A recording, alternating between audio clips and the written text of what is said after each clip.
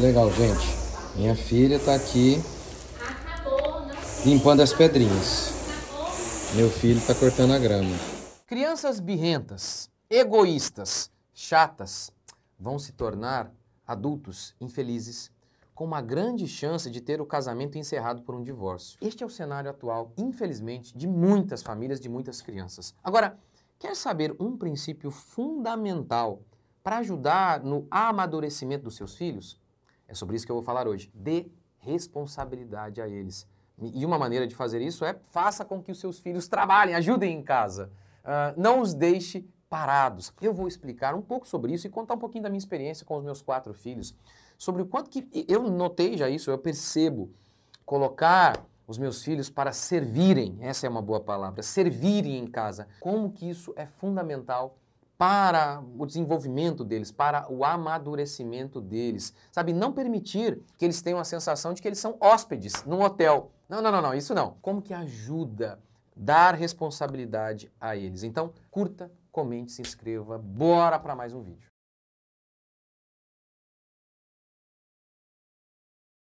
Gente, um dos motivos que explica crianças tão mimadas, tão terríveis, tão difíceis, egoístas, é essa conotação tão negativa que deram ao trabalho em nossos dias. Você está aí como pai e muitas vezes o pai ele tem aquela dúvida, meu Deus, o que eu faço com meu filho? A gente tem tanto medo, não? Tanto medo de se a gente está fazendo o que é certo, nós estamos no caminho correto. Um bom pai, ele luta constantemente contra essa tentação de achar, meu Deus, estou fazendo tudo errado, pelo amor de Deus, culpa. Bons pais lutam constantemente contra a culpa. Eu perdi a paciência, meu Deus, eu estou fazendo o que é certo. Agora, se tem uma coisa que eu tenho certeza que ajuda o seu filho, é quando você faz isso. É quando você dá atribuições para ele, quando você faz com que ele não seja um hóspede na sua casa, desde pequenininho. Você vai tentando aí, desde pequenininho, dar alguma atribuição para ele, como responsabilidade mesmo. Como que isso é fundamental, como isso vai ajudá-lo, prepará-lo para a vida, para o mercado de trabalho, para o casamento. Os pais modernos, eles mimam os seus filhos, eles não dão responsabilidades aos seus filhos e não os ensinam a servir. Depois eles não entendem por que seus filhos são mimados, egoístas e preguiçosos. Ajudar em casa, então, é fundamental. É fundamental ter essa conotação positiva em relação ao trabalho, a ter responsabilidades. Então, deixa eu me contar um pouquinho da minha experiência como pai, né? Como que isso ajuda os nossos filhos, né? Então, quantas vezes eu lembro de pedir para os meus filhos fazerem algo para a gente, ajudarem aqui na casa. Rapaz, parecia que a gente estava torturando os meninos. Como que eles ficavam brabos, né? Enfim, em outro momento, todas as crianças estavam lá brincando. E eu estava dando alguma tarefa para os meus filhos, e explicando, olha, tem um momento de brincar, mas aquelas crianças ali estão brincando demais. Rapaz, aí caiu o semblante, né? Meu Deus, como que ficavam extremamente frustrados, aquela cara de que tá me matando. Quer ver? Vamos dar um exemplo, né? Eu pedi pro meu filho, pros meus filhos, ó, ajuda a gente aí a tirar o lixo. Aí aquela cara emburrada. E aí eu falava, mas filho, nós servimos vocês aqui em tudo. Nós fazemos tanto por você. E a gente começa a contar. O papai levanta cedo, trabalha, comprou a comida que você comeu e agora esse lixo aí, uma parte você produziu esse lixo. E você não quer levar nem mesmo para fora o lixo que você mesmo produziu. Então, uma vez pedi para eles ajudarem a tirar as coisas do carro, a compra. Aí aquela cara emburrada. E aí eu dizia, peraí, eu e sua mãe, nós trabalhamos para comprar isso aqui. Nós fomos lá ao mercado e trouxemos. E vocês não contribuíram em nada para que esse alimento chegasse até aqui. Nada, nada. E vocês não podem nem mesmo ajudar a trazer. Porque assim, eu via, não é que eles faziam, nossa, faziam birra, não, nunca aceitei um trem desse aqui. Mas aquela carinha meio, sabe? Eu não aceito, por quê? Porque nós fazemos tudo por eles. Quantas vezes a gente foi em evento, balé, futebol, ficamos lá no sol, dor de cabeça, pagamos o balé, o futebol, e a gente leva, a gente deixa de fazer tantas outras coisas para estar com eles. E muitas vezes a gente tá lá e não é legal, a gente tá lá só por amor. Muitas vezes o nosso filho não é o melhor de todos, é ou não é? E a gente vai mesmo assim. E aí a gente faz tudo isso. E quando... E a gente não tem nada em troca, nada. Vocês vão lá e perdem muitas vezes ainda. E aí quando a gente pede algo para vocês fazerem, que vocês vão se utilizar, como por exemplo pegar ali a compra e ajudar a guardar, vocês viram o beijo? Enfim, e aí quando eu explicava isso para eles, o que eu estava fazendo? Eu estava mostrando quão egoísta eles eram. E eu podia notar o semblante deles caindo. Ou seja, é aquela ideia de não apenas falar, não pode, não pode, não pode. É também de tocar o coração, de mostrar, tá vendo, filho, que está no seu coração? Tá vendo, filha? Tá vendo? Olha o que está no seu coração, olha quão egoísta você tem sido.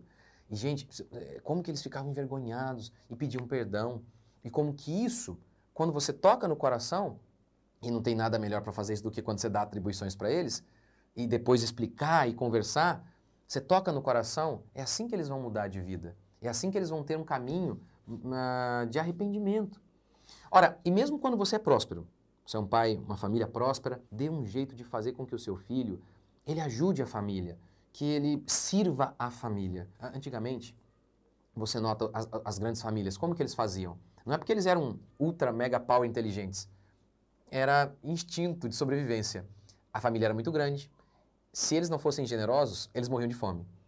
Se os irmãos mais velhos não ajudassem com os mais novos, criança ia ser esquecida por aí. Você nota como que essas famílias elas eram melhores do que as famílias atuais, que são egoístas, que o menininho está sempre o tempo todo no celular, ele não tem conexão com os pais, com os outros filhos, com os outros irmãos, eles não servem mutuamente a casa. Você acha que um cara desse, a vida inteira só no celularzinho, que não aprendeu a servir os seus irmãos, os seus pais, você acha que um cara desse, quando ele formar a família dele, como você acha que ele vai ser? Aí depois, a gente fica hoje falando, né? A gente vê muitas mulheres reclamando de homens que só querem saber de ir pro futebol, de ficar no joguinho. Mas como que esses homens foram formados? Eles serviam as suas famílias? Eles serviam aos seus irmãos? Eles contribuíam com a casa de alguma maneira? Nunca contribuíram? A vida inteira eles foram egoístinhas, lá sentadinhos e quietinhos no seu videogame. Depois a gente espera que eles sejam diferentes no casamento? É óbvio que não. Eles vão reproduzir na família deles aquilo que eles viram na primeira família que eles fizeram parte, com os pais deles. Por isso que é tão importante que você leve os seus filhos a servirem a sua família, mesmo que você seja muito próspero. Dê um jeito de fazer com que os seus filhos sirvam a casa. Se você é muito próspero, uma empresa, leve-o para ajudar um pouco na empresa, mas faça isso. Dê atribuições a eles. Dê responsabilidade aos seus filhos.